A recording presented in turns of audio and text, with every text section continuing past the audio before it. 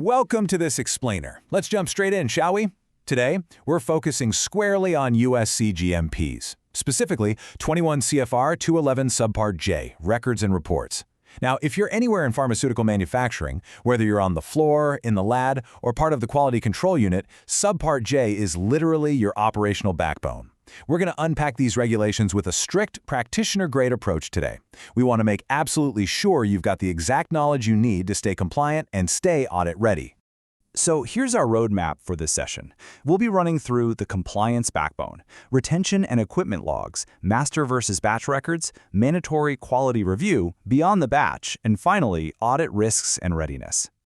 Right, let's start with Section 1, the compliance backbone. This is really the golden rule of CGMP documentation. If it wasn't recorded, it didn't happen. You know, the stark reality of our industry is just this. You could have run the absolute most flawless manufacturing process in history. You could have followed every single standard operating procedure to the letter and produced a completely pristine product. But if the corresponding records are missing or incomplete or even just illegible, well, in the eyes of the FDA, that flawless process simply never occurred. Documentation isn't just some secondary admin task. The documentation is the product itself. Moving on to Section 2, retention and equipment logs. Let's look at the baseline rules for Sections 211.180 to 211.184.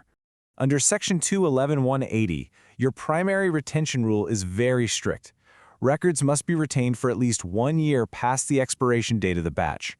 Now, there is a slight exception for certain OTC products that lack expiration dating. Those actually have to be held for 3 years after distribution.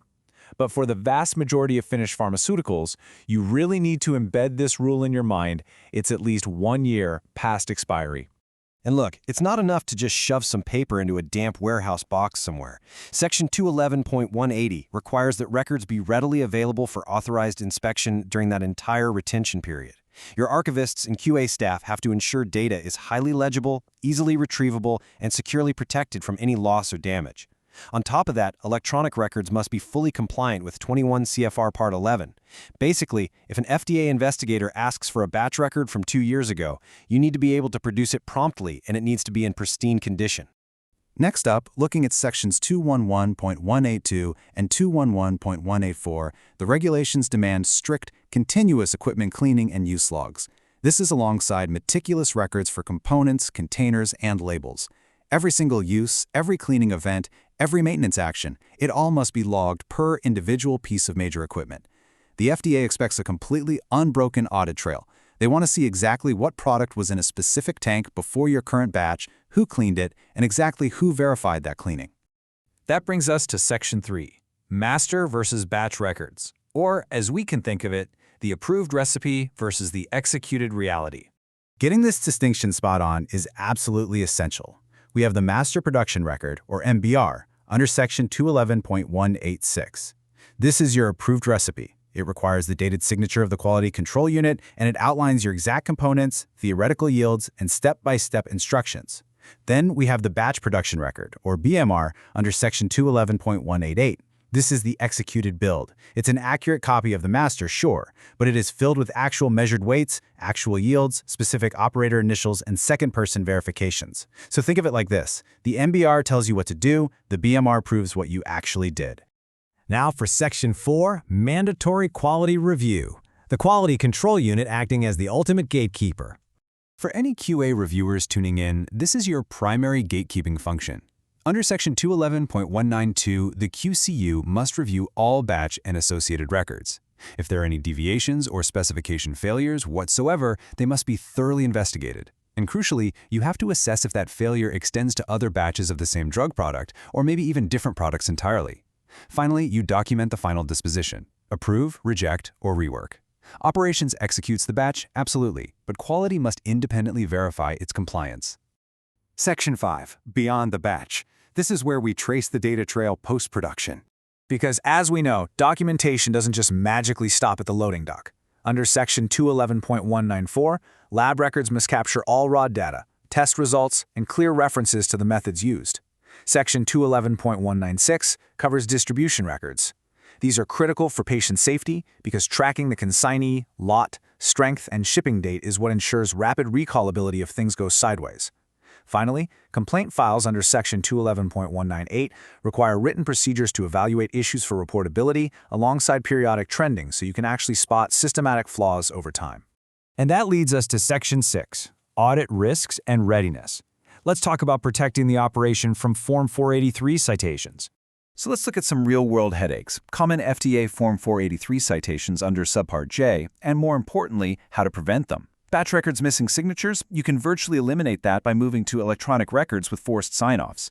Unexplained gaps in cleaning logs, prevent that by enforcing mandatory log entries per individual piece of equipment every single time it's used. To avoid citations for unretrievable records, you've got to maintain an indexed, highly searchable archive. It's really all about building operational systems that make compliance the default path. To maintain a state of continuous audit readiness, rather than just running fire drills the week before an inspection, you need genuine, practical discipline. Operations has to execute strictly per approved procedures. Quality must maintain absolute independence in their release decisions. But most importantly, documentation has to be a shared cultural responsibility across the entire plant. Communicate and investigate deviations instantly, and facilitate cross-functional training so operations and QA actually understand each other's day-to-day realities. Okay, let's just pause for a quick knowledge check here to ensure we've fully locked in these concepts. Which record is the executed record of a specific batch? Is it A, master production record, B, batch production and control record, C, distribution record, or D, complaint file? Have a quick think about it. Got it? The correct answer is B, the Batch Production and Control Record, or BMR. Remember that crucial difference. The master production record is the approved master recipe, while the batch production record is the exact per-batch executed build, filled with your actual data and signatures. All right, let's wrap up with our core takeaways for SubpartJ. Number 1, it is the undisputed record backbone of Part 211. 2, retention is strictly at least 1 year past expiration. 3, never, ever confuse your MBR with your BMR. One is the recipe, the other is the executed reality.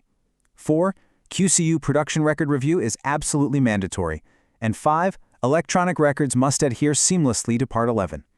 Just remember, an inspector doesn't see your pristine facility after they leave. They literally only see the paper trail you leave behind.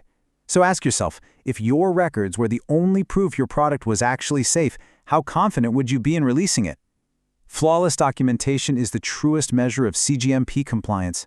Thank you for joining me for this explainer. Keep your records sharp, and I'll see you next time.